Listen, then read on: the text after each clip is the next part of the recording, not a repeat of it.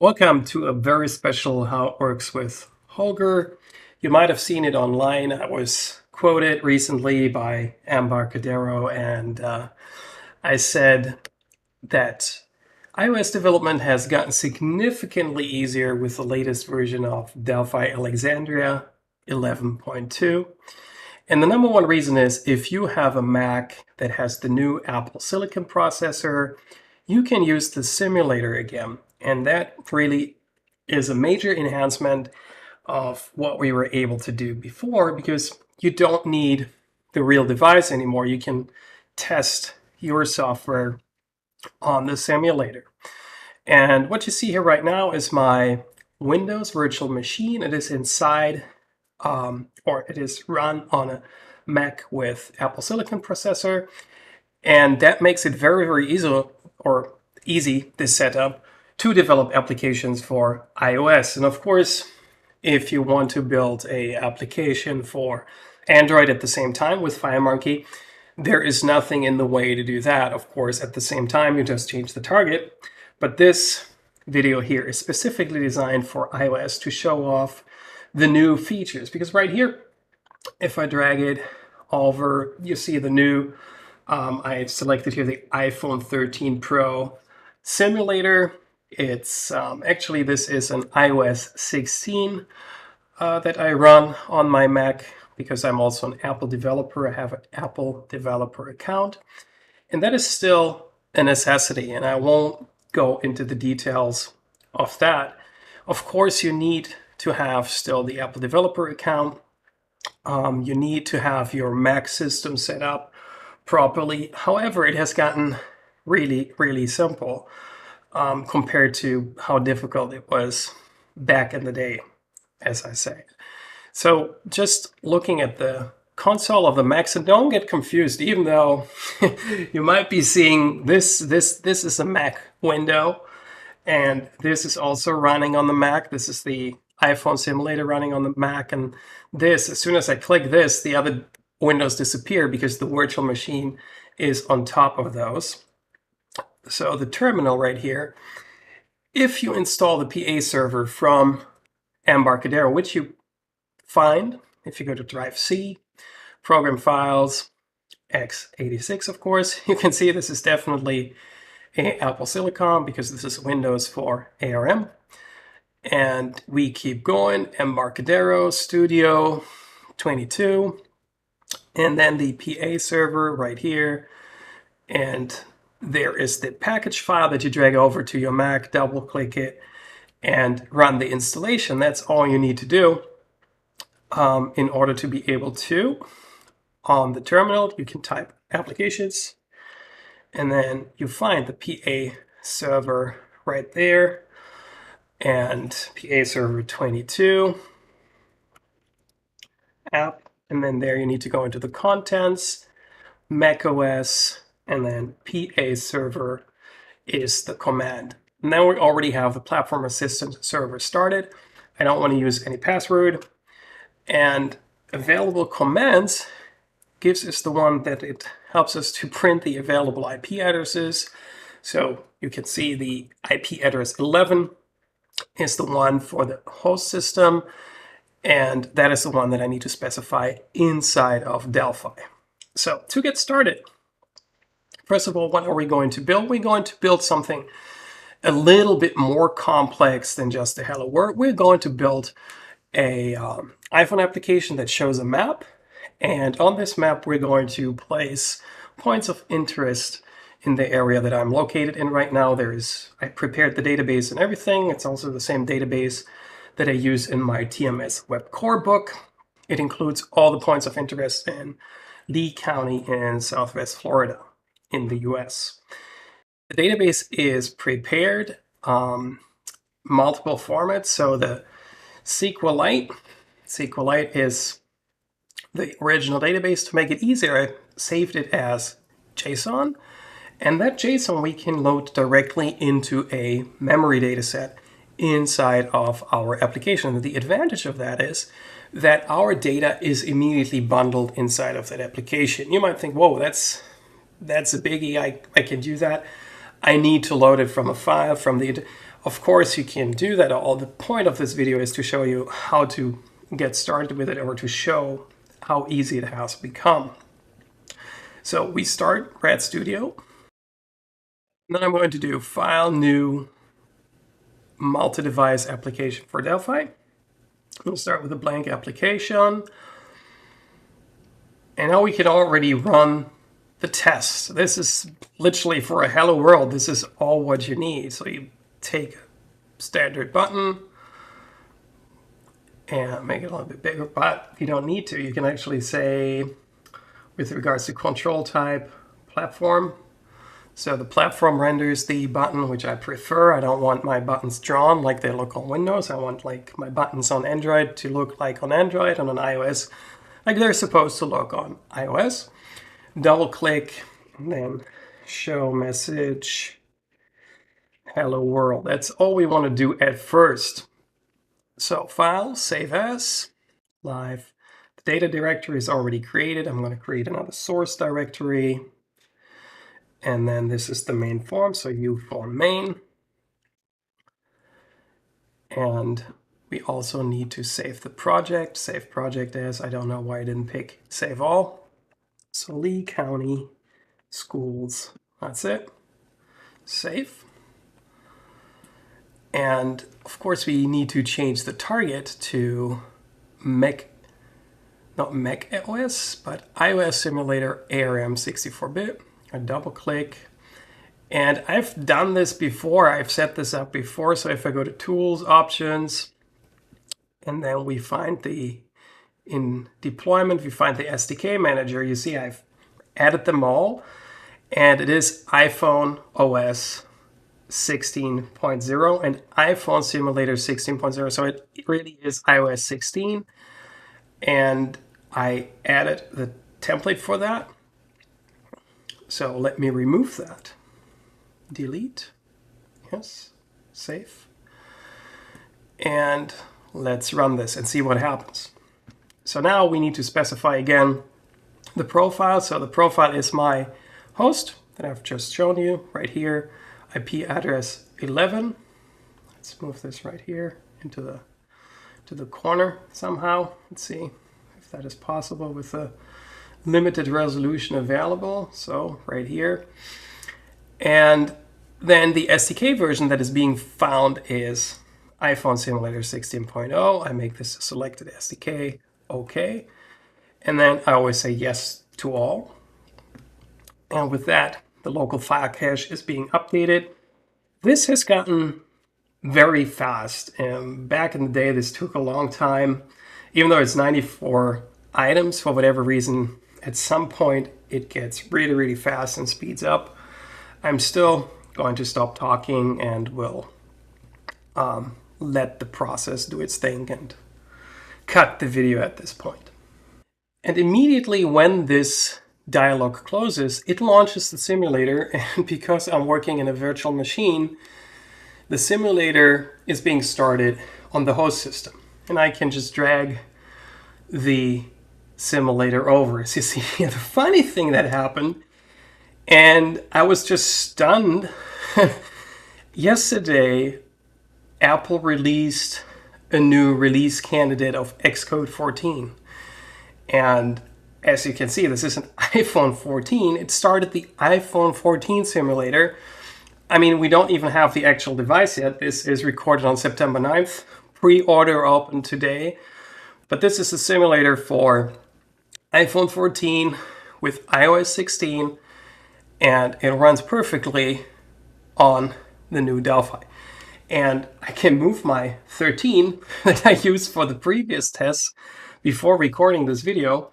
So I guess we use an iPhone 14 because it's the newest and brightest, right? So clicking on the button right here, and we see Hello World. It works. So there is no compatibility issue with the new device, iPhone 14. However, you can select any device you want. You can select any of the other devices that are installed on the Mac system. This is something, if you told your Mac get rid of certain simulators, they won't appear here. But for example, you just saw I have the iPhone 13, I have the iPhone 14 already because it's the Xcode 14 release candidate that's installed on the system. And with that, we can start developing the real application that we want to develop in order to show the points of interest on a map. So let's do the database fancy stuff first.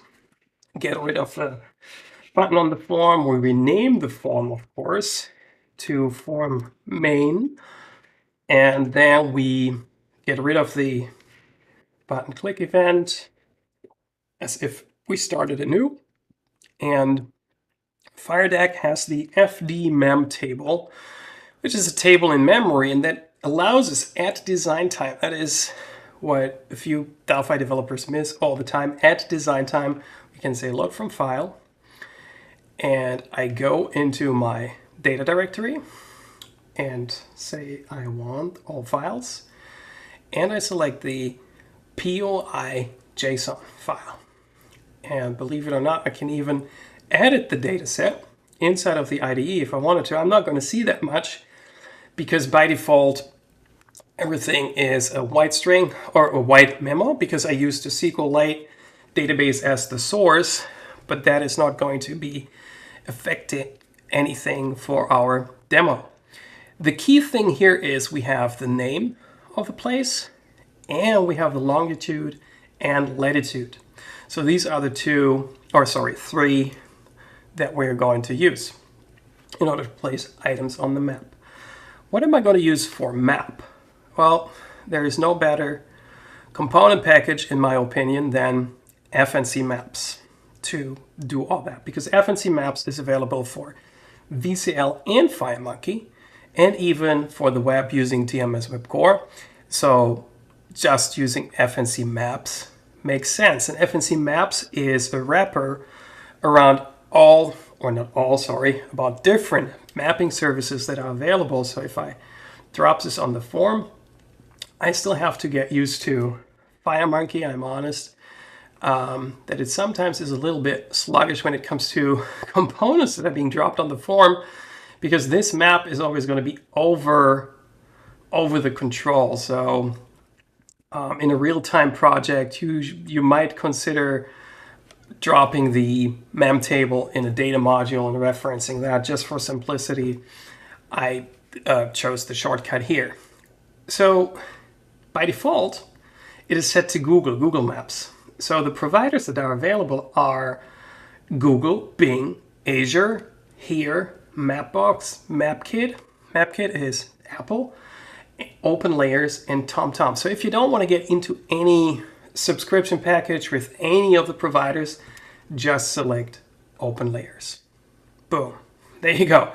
That's all you need to know, or all you need to do. You have your map, and it displays an OpenLayers map in your application.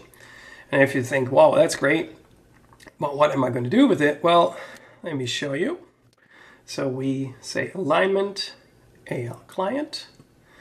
We're going to name this map. I'm saving this, and I'm going to deploy this again, or I'm going to run the application on the iPhone 14 simulator. The SDK, of course, is already imported. And if you follow the installation process of FNC Maps, everything will be set up. So it's literally drop the component, run, and we should be able to see the map inside of the iPhone simulator.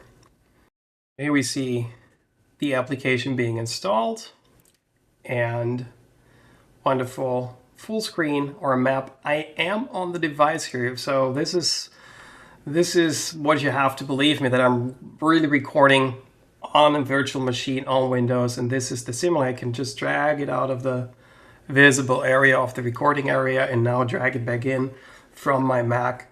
So this is, you can even rotate the device, a full-blown iOS 16 application. And believe me, I'm a fan of SwiftUI, but this kind of stuff, you can't do it as quickly as with Delphi. Just dropping a couple of controls and then running the application, and that's it. And you can be certain that this will look exactly like this on the device. And Of course, it works with the interaction of the map. So that's that. So let me switch over to Google. How would you do that? Well, you go to Services on the map, of course. First select the map. You go to Services, and then you switch over to Google. And in order to use Google, you need an API key. You create an API key with Google. For developers, mostly this is free, but don't take my word for it. Holger said it's free on how it works with Holger. Dear Google, no, that's not going to work. Please check the terms and conditions from Google and Google Maps and the associated APIs before you use it. I have never paid anything for my testing and anything as a developer. However, Google changes terms and conditions frequently, so be aware what packages you enable. TMS has documentation of what you need to do in order to get the correct keys. Another place to go if you have questions about FNC Maps is flixengineering.com/books, and then select your Amazon store. For example, here, let's pick Germany, and I would like FNC Maps. Go to order page. I have written a book that is completely dedicated to, completely dedicated to FNC Maps. So this is where you get all the functionality of what you can do with FNC Maps. This is the book that teaches you everything about FNC Maps that you can also use in your VCL applications. So the book mostly shows VCL and web applications. However, with Delphi 11 and FireMonkey, it's also possible to use these things that I show in that book on your iPhone or Android device. The key, I've generated one, and I will copy that now from my Notes application on the Mac. So give me a second. So right here, it's in the clipboard. I'm going to paste it right now. This is incomplete, I know. It's intentional. And now, as soon as I enter the API key, I get the full map in Google, or from Google, I should say. So if I redeployed this application now, I could use Google Maps inside of my application. And let's go back to the database that we added to this form. Going to FD mem table. Let me name the mem table just data. Let's keep it simple. And let's see if I can put this into the background or something. Flip position. Control send to back, maybe. Nope, it's not willing to. So I'm going to resize this control if the designer lets me. Okay, and then I'm going to add as code map.align t-align layout. So t-align layout dot client. So I have to list the enumerable type. So if I run this application when the form is created, the map alignment is restored. But for us here, I can now use the visual controls much easier. Perfect. So data, I already added the data, and the fields are not added yet. I could add the fields if I wanted to. The key is that the data is bundled with the application. So this data is also deployed on the device. Why? Because it's part of your DFM file. It's part of the form, or FMX file, as it is called in FireMonkey. So I can simply open this and iterate all the records and add a marker for each of the point of interest on the map. So what we do, we don't do this when the form is being shown. We don't do this when the form is being created. No, we do this, and this is something you learn in my FNC map book. You do it when the map is ready, because the map needs to be downloaded from a server, and this might take longer than your form being created or your form being shown, and you can't interact with a map before it has been fully initialized. And for that, you have an event. It is called onMapInitialized, and we open that. And then we say add POIs, add point of interest. So procedure, add POIs. And that is going to use data. We're going to iterate data. And then we say data.open. So we open the FD-mem table. Don't close it, because I think if you close it, the data is being cleared as well. I'm not sure about that, but I think that's how it is. And then we do while data.eif equals false, do begin. And of course, we want to iterate all the information, so we say data.next. Everything happens on the map, and why this happens, considering these are over 1,000 points of interest, we don't want the map to be updated and marker being added, map being updated, point being added, map being updated, kind of like the data set, same thing. So what you can do is, you can say map, which is the FNC map, and you can say begin update. Then you just have to make sure when you do that, that you also try finally that you also call map and update, because otherwise you'll never see these changes, and our while loop goes inside. So here, Control KI. I'm old-fashioned. I still use the old Turbo Pascal indentation shortcuts. And with that, we need to read the latitude, longitude, and then add the marker to the map. So if you go to map, you really have add marker. And you can either choose the coordinate record type, which is a special type of FNC Maps, or just pass two double numbers. One is the latitude, the first one, and the second one is the longitude. And that's exactly what we're going to do. So we're going to pass the latitude, the longitude, and that's it. So we say add marker. And what is the latitude? It's data field by name, latitude, then as float. No idea why it's not called as double or something. Field by name, longitude as float, and that's it. Of course, you want to make sure if you call this twice, we make sure that we don't do that, but still, you can say map markers.clear, because the markers are a list of markers.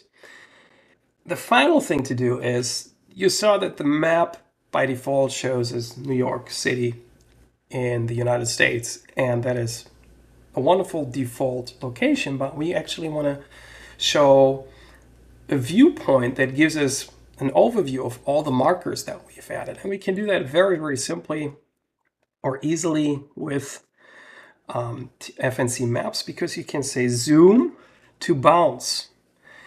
And the key thing is that you need to get the bounce of your marker array that you've added. So you say zoom to bounce. Then if you go map markers dot, I didn't say it's a t-string list, I said it is a list of markers. And there you can say to coordinate array. And this map to bounds actually is able to basically use this as all it needs to zoom the map exactly to the area that affects all your markers. This is very helpful if you have a certain location, that you have certain markers. If you have a project where you did certain things, you can zoom that in that way really, really easily. It's not that helpful, let's say you have one marker in the United States and the other marker in Japan and the other marker in Germany. Literally, you're going to see the whole Earth that way. So then it's not that helpful. But for our use case, because Lee County is a certain area of Florida in the United States, so that literally gives us a viewpoint of Lee County, Florida, if everything works.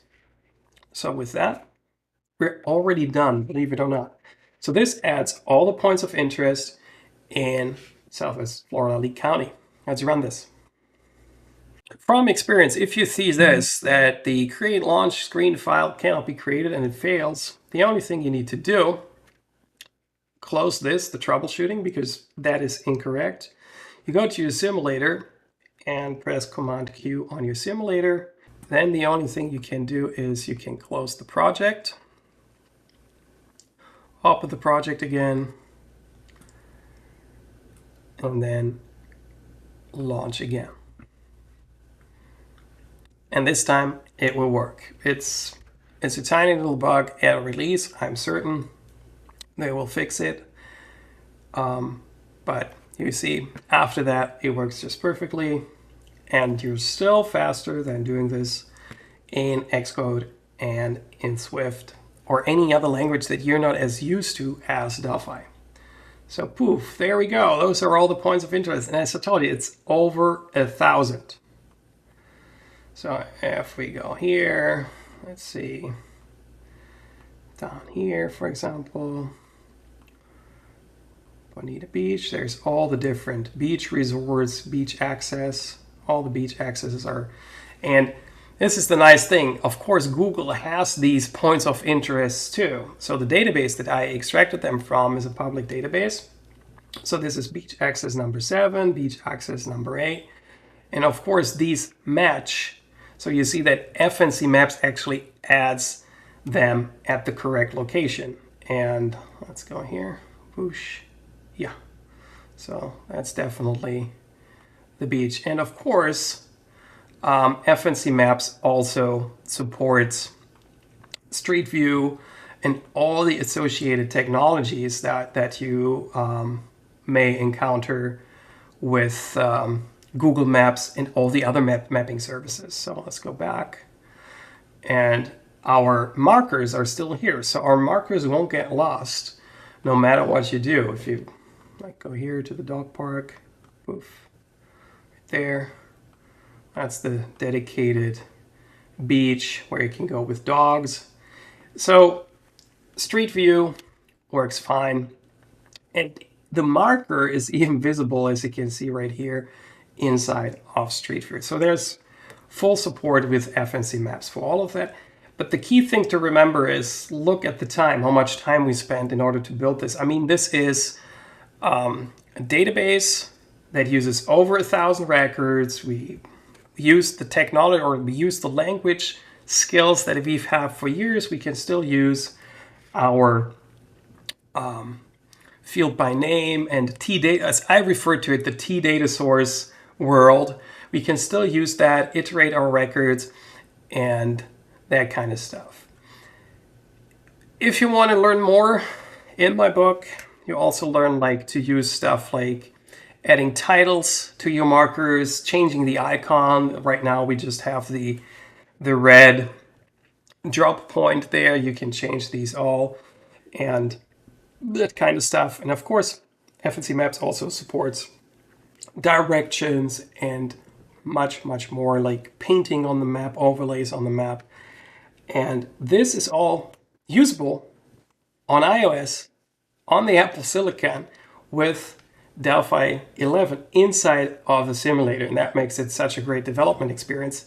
I know there was one tiny little bug still in there, that it sometimes does not deploy to the device without you restarting the simulator and closing and reopening the project. However, that is still no biggie considering, and this is something I want to point out, this is recorded on September 9th, 2022, and I'm simulating an iPhone 14. The real device is not available yet. First device is shipped in the United States on September 16. This is iOS 16, meaning that we use a release candidate of Xcode on the underlying Apple system, and it already works with Delphi 11 Alexandria. I hope you liked this video. If you like it, give us a thumbs up, and if you have questions or comments, please let us know. And always, if you have questions about FNC Maps, don't hesitate to contact TMS at support@tmssoftware.com.